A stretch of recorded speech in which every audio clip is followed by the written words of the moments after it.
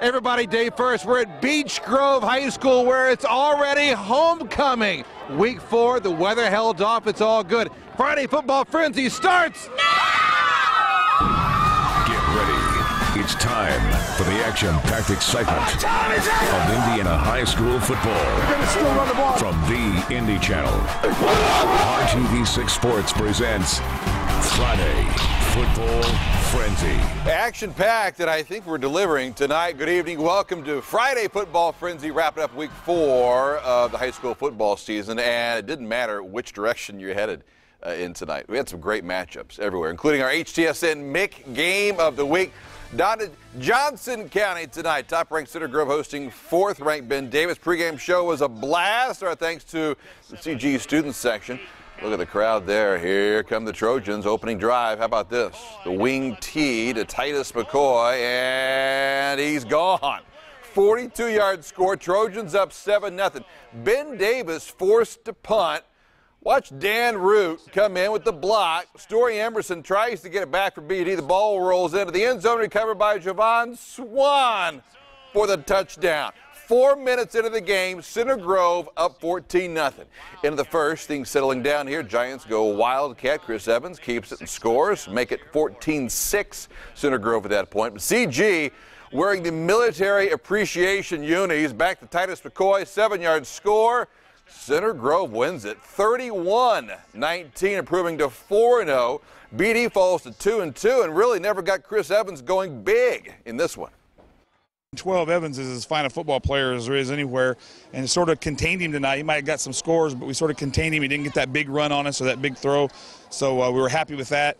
I think our special teams, our kicking game is great. You know, you need that down the road in the championship. You know what? We got no ringer watch tonight for this game.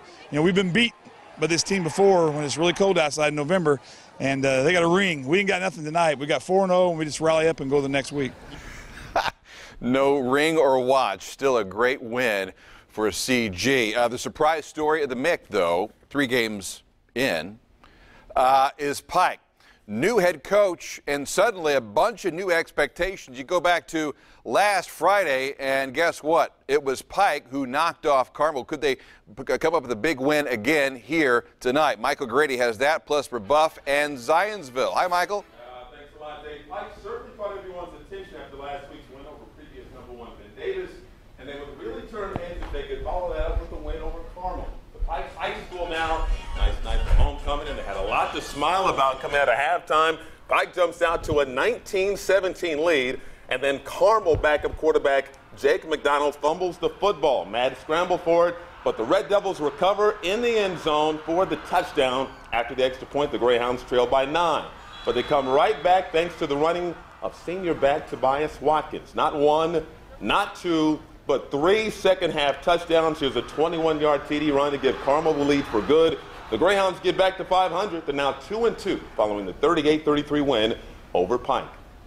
Timberbuck Jesuit now, where the Zionsville Eagles were looking to bounce back from their first loss of the season. Late first half, and Trevor Lighty is looking deep.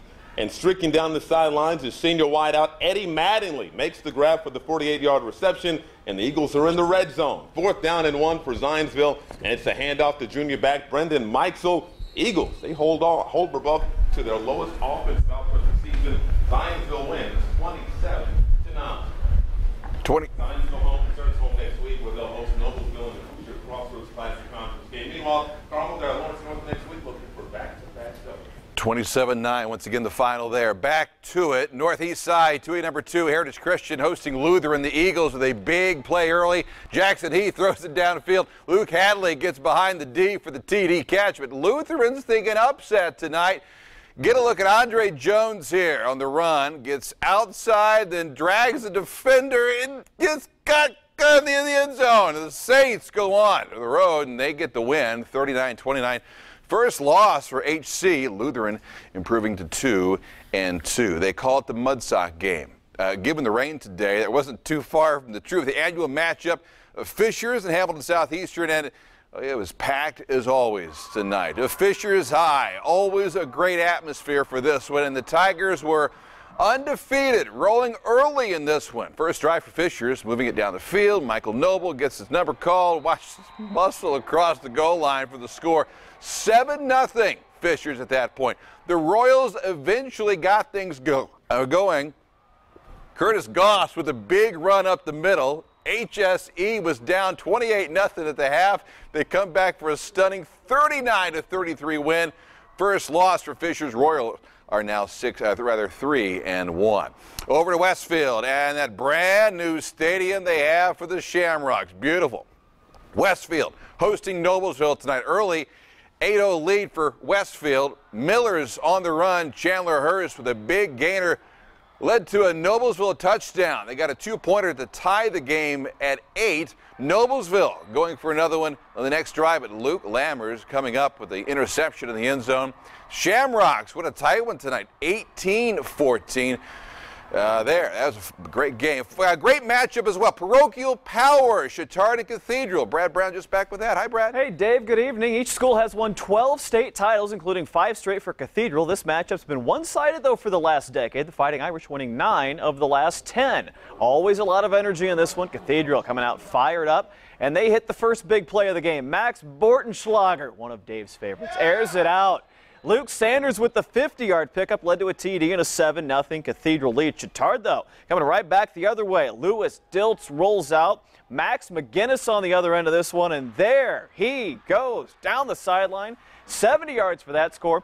Tied the game up at 7, but Cathedral rolled after that. The Irish looking good down the stretch. Evan Christopher stopped in the middle. Keep it churning, though, big man, and go the other way. There he goes. Second score of the night for him. Irish win big 42-14. Both teams are now 3-1. Brownsburg and Avon. ESPNU was over in Hendricks County tonight. Look at they packed the house for this one. They came to see the QBs. Brandon Peters, Hunter Johnson. Did not disappoint. Avon's guy got the first one. Peters going to Michigan. Andrew Griffin with the catch. 81 yards on that touchdown. Early lead for the Orioles. Johnson matched him score for score early, though. Watch the junior from Brownsburg airing it out. Ray White, catch. There he goes. 63 yards there. The teams combined for 48 points in the first half, but it was all Avon in the second half. We gave you a little whiff of the play of the night earlier, and here it is, the snap, the end around, the flea flicker, back to Peters, launch it. There it goes. Harrison Weber, catch it. 28 zip in the second half. 6 touchdown passes for Peters. 56-21 the final. One more back to the Mick. Warren Central at LC. Pretty night out there once the weather settled down. Warriors on the attack. This is Jay Coe. They list him 5'6". No way. Little man, though, found the end zone a couple times. Back and forth all night. 42-35 for Warren when it was all done. By the way, we will have Warren Central for our HTSN Game of the Week next Friday. Mick showdown against Ben Davis. 2 straight losses for BD makes that one very interesting, Dave. No doubt about it. Wait, you're making fun of somebody that's 5'6"? You know. All right. Hey, on a box. Hey, don't know anything about Emmys tonight, but I do have a pair of Tonys. Photographer Tony Grant, pilot Tony Scott, warming up Skycam 6, packaged for your convenience. It's week 4 of our Friday Football Frenzy Flylines. I've got sunshine on a cloudy day. It's cleared up just in time for football, and that includes Greenwood High, where the Woodmen don't waste any time. Jerron Franklin with a 7-yard score. Greenwood up 7-0. It's a mid-state conference matchup tonight against Mooresville, and the Pioneers looking for a little revenge. They've lost 6 straight to the Greenwood Woodmen. And this game's a hit. And a big one. No penalty, though, from the officials. That's when Mooresville's Alex Fabert gets hot. First down pass to Drew Collins. You guys in charge of the footballs? Yeah. How's the air pressure in those things? Oh, no. We don't let Tom Brady back in Indiana no more. We don't like Tom Brady no more. Did you hear that, Tom? Fabert picks back up with this 3-yard scramble to tie it up at 7. Nothing sweet about that for the Woodmen unless it's the Skittles we're passing out. Nor is this. Seth Galliman picked by Ross McDonald. The patience pays. Woodmen hang on 23-7. Defeats Grove as the undefeated Hornets hosted 2A number 7 Cecina, where it's also homecoming. The King and Queen, Josh Porter and Kylie Luna. And the winning float, Kylie and the seniors. So homecoming queen and the float contest. What's the theme of the float here? Well, our theme is Western. Nice. This is our year, and we did it, and I'm so proud of my class, and it's just awesome. Now you got that. Now we got to win the game, right? Yeah. And the buzz continues in the fourth. Junior quarterback Chase Andrews with a naked boot, and BG pulls within 7. Then the defense steps up. Cecina going for it on 4th down, but Lex Martin fumbles the snap. Beech Grove takes over. Very next play, it's Andrews airing it out to Montrez Heron, a 63-yard touchdown. Beech Grove wins it 28-21, their first 4-0 start since 1989. What a way to wrap up Week 4 Friday Football Frenzy. Lilac. The buzz is back at the Hive. Couple more tonight. 5A #1 New Pal, the state champs, hosting Mount Vernon. America, right? The hashtag America. Already up 17-0 in the second. Alex Neely, Duke Blackwell. Nice move, nice gain for 30 yards. Sets up another New Pal TD. Neely to Brett Luker. Catches it right at the sideline. Pylon officials. Yeah, it's good. Dragons do it again. 59-7. Impressive 4-0 start for New Pal. And one more, 2A #6 Monrovia at Triton Central. Garrison Lee on the move.